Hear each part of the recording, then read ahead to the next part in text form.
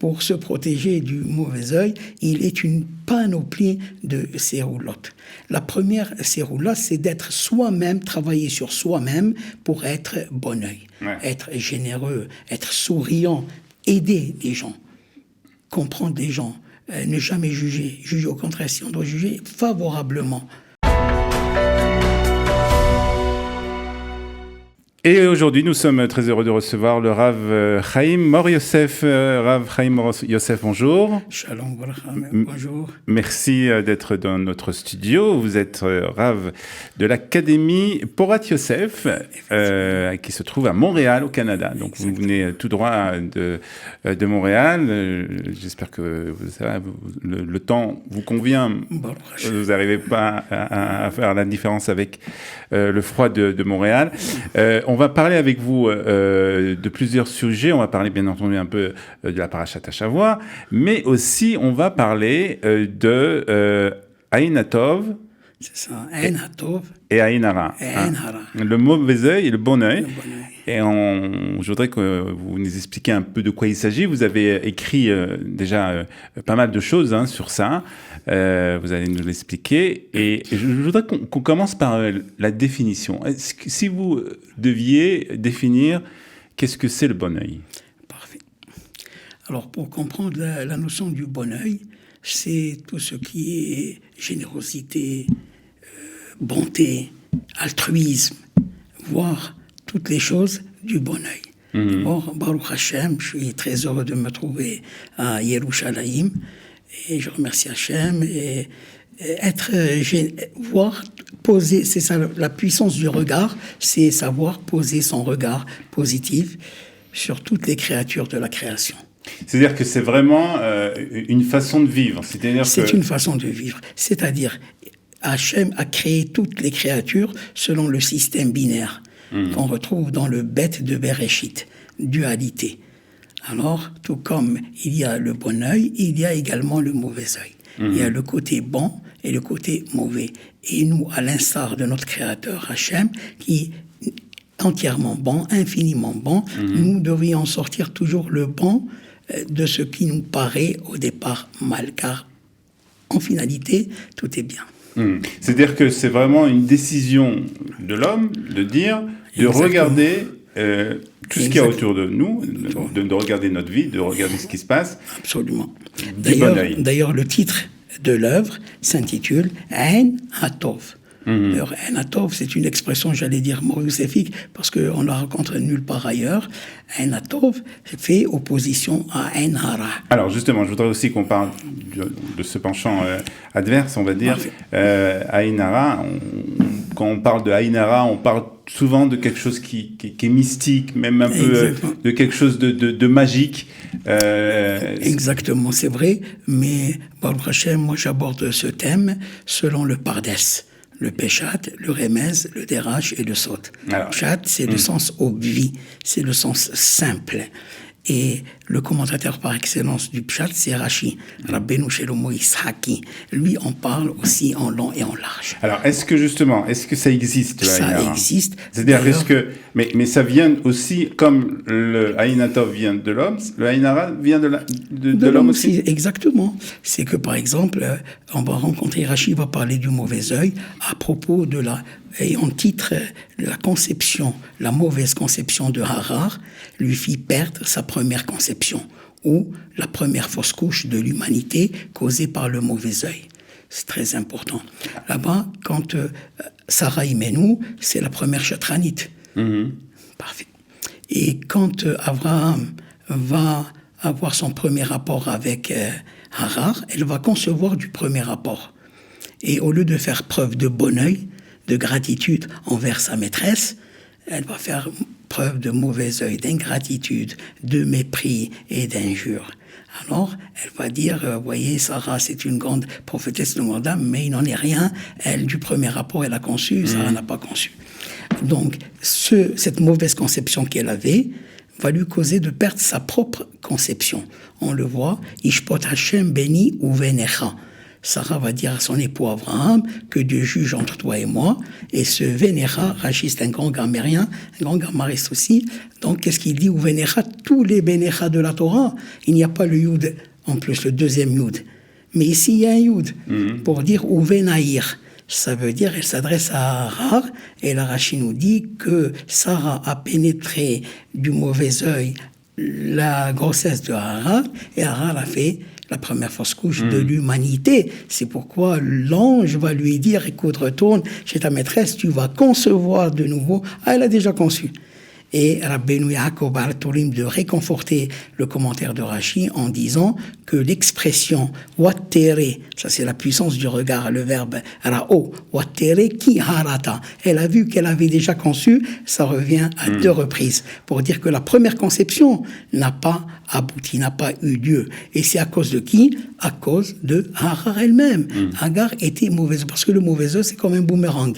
Ouais, Alors, c'est-à-dire voilà. La personne qui projette le mal, elle reçoit. Donc Sarah la tzaddikat, rak be'einicha tir'e, rak be'einicha tabit, ve'shilumat reshaim tir'e. Selon les tzaddikim avec le regard. Alors elle lui a renvoyé l'ascenseur tout simplement. Alors, dans ces livres que vous avez écrits, vous en fait, vous passez en revue un peu, chaque fois qu'on parle du bon œil et du mauvais œil exactement, dans la Torah. dans toutes les disciplines de la Torah. Et si vous permettez, dans ce poème, je peux vous lire ce poème très rapidement, peut-être quelques lignes, rien que pour vous dire ici, donc, Divrei Torah, Nehemadim, Mizab, Bazrab, Umtukim, Midevash, Venofet, Sofim, il y a les Peshatim, Remazim, Derushim, Dikduk, Hasidut, Veram, Sodot, Temosim, Tirgumim, Teorim, Hidushim, Venimukim, Amukim, Beniflaim, Melukatim, Mitoratenu, Akedosha, Torah Hashem, Elokim, Hayim. Alpidat, voilà, regardez ici, rien que 1 minute, Alpidat, Hachamenu, Akedosh, Teorim, Zera Kodesh, Iblim, à la Torah, Neviim, Urtuvim, Agada, Mechilta, Pesirta, Sifra, Vesifri, Yalkotim, Midrashim, Mishnah, Baraita, Tosefta, Gemara, Halacha, Kabbalah, Zohar, Dikduku, Ma'amarim, Merabotenu, Azzekenim, Aneviim, Ashofti, Amelachim, Atanaïm, Amoraim, Asaborim, Ageonim, Arishonim, Haronim, Gedolefan. C'est-à-dire qu'on trouve vraiment. C'est-à-dire, vous allez trouver toutes les disciplines de la Torah qu'ils ont résumées dans ce poème synoptique, introductif, résumatif de toute l'œuvre, qui comporte 61 chapitres. Aujourd'hui, le premier chapitre seulement en 2 volumes. Alors, je voudrais quand même peut-être qu'on élargisse un peu le débat concernant le bon œil et le mauvais œil, et que on donne des fois des pouvoirs à certains rabbins concernant justement ce bon œil ou ce mauvais œil. Ça existe? Exactement. Bon, le mauvais œil. Est-ce que c'est pas un peu dangereux aussi? C'est évidemment. Maintenant, le but de l'œuvre, le bon œil, justement, c'est essayer d'éradiquer le mauvais œil, tout en sachant qu'il existe bel et bien. Et dans toute la Torah, on voit le bon œil et le mauvais œil. Alors, comment on fait pour se protéger du mauvais œil? Comment on fait pour se protéger du mauvais œil? Il est une panoplie de séroulottes. La première séroula, c'est d'être soi-même, travailler sur soi-même pour être bon œil, être généreux, être souriant. D'ailleurs, j'ai composé un poème sur le sourire, très important. Pourquoi?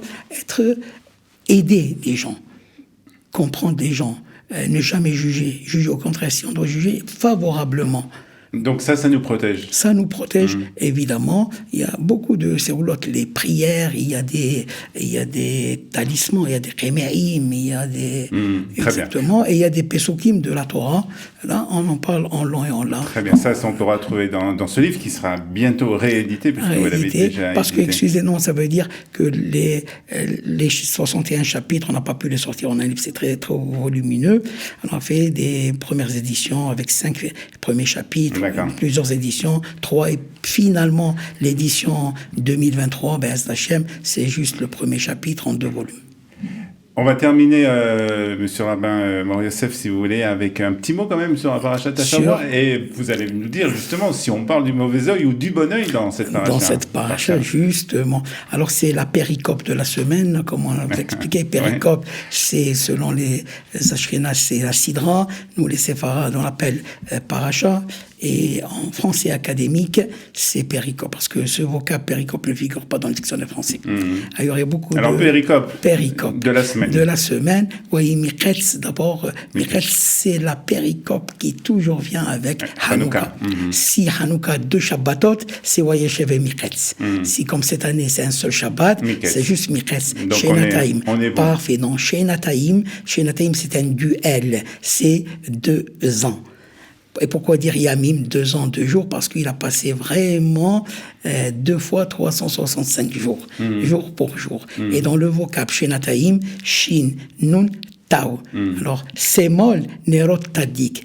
C'est un remèze, une allusion où on doit placer la Hanoukia lors de la fête de Hanouka. Alors, Semol, Nerot Tadik, qu'est-ce qui reste tout de même?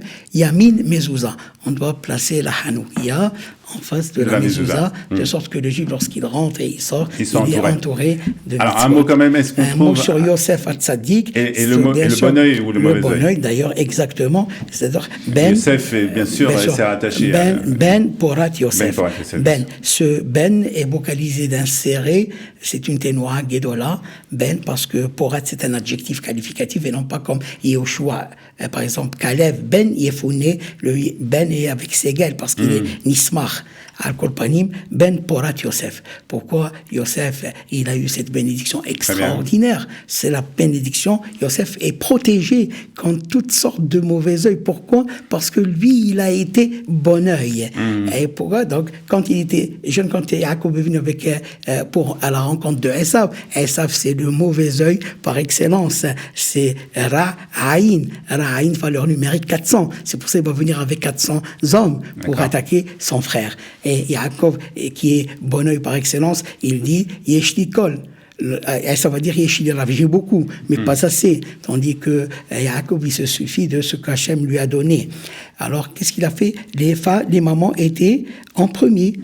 Mais quand Rachel arrive, c'est pas qu'elle est en premier, c'est Yosef qui est en premier. Donc, il s'est hissé un peu pour garder sa mère du mauvais regard de Esav. Et aussi parce que il a su surmonter les dures épreuves. La femme de Potiphar qui s'appelle Zélicha, qui était une grande beauté, qui a essayé de le séduire à maintes reprises et n'a pas réussi. Donc lui, il a passé ce test extraordinaire. Alors mesure pour mesure, l'œil qui n'a pas usé de ce qui n'était pas à lui, ben, il va avoir maintenant le bonheur, etc. C'est pour ça Ben Porat Yosef, le fils fertile Yosef.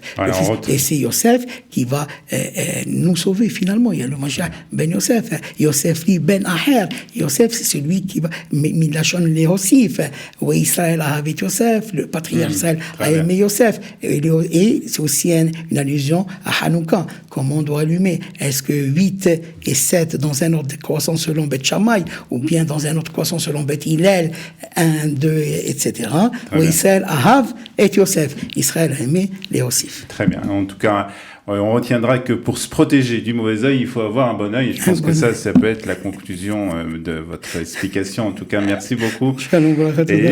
Et Shabbat Shalom.